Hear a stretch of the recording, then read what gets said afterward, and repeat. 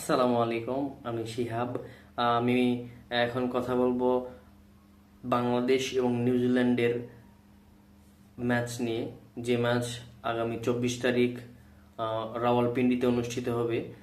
যে match হারলেই Bangladesh tournament থেকে eliminated হয়ে যাবে এবং সেই সাথে সাথে সেমিফাইনালের স্বপ্ন ভঙ্গ হবে।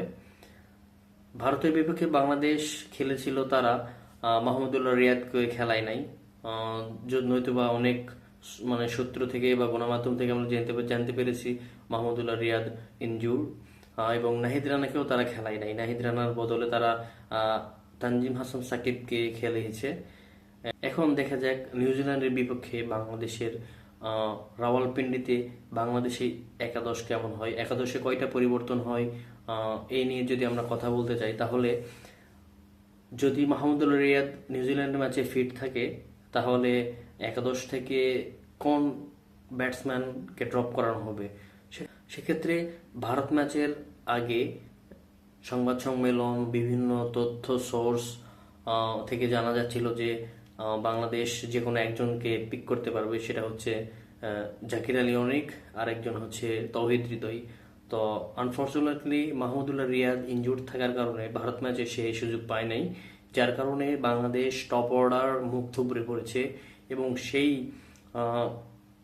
অবস্থান থেকে বাংলাদেশকে 35 রানের 5 উইকেট থেকে বাংলাদেশকে 229 পর্যন্ত নিয়ে যাওয়ার যে দুইজন কাণ্ডারি, সেই দুইজনই হলেন তৌহিদ হৃদয় এবং আরেকজন জাকির আলী অনিক।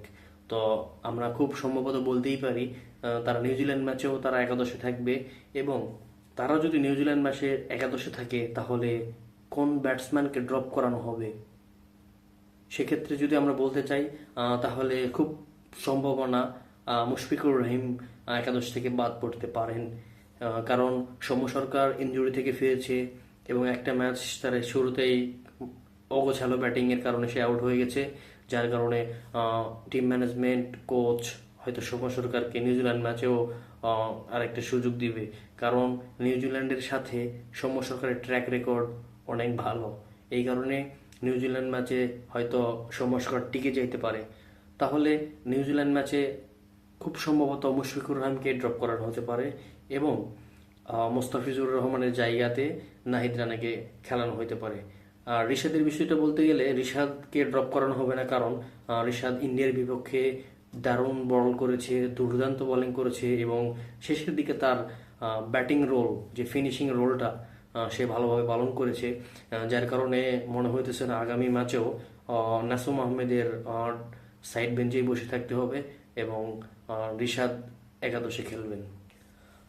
সব মিলে যদি বাংলাদেশ টিমের দ্বিতীয় ম্যাচে একাদশ নিয়ে বলতে চাই, প্রথমে তানজিদ হাসান তামিম, সৌম্য সরকার, 3 নম্বরে নাজমুল হোসেন শান্ত, 4 নম্বরে তৌহিদ হৃদয়, 5 নম্বরে মেহেদী হাসান মিরাজ, 6 নম্বরে মাহমুদুল্লাহ রিয়াদ, 7 নম্বরে জাকির আলী অনিক, 8 নম্বরে রিশাদ হোসেন, আর 9 নম্বরে তাসকিন আহমেদ, 10 নম্বরে হাসান সাকিব এবং 11 নম্বরে নাহিদ রানা।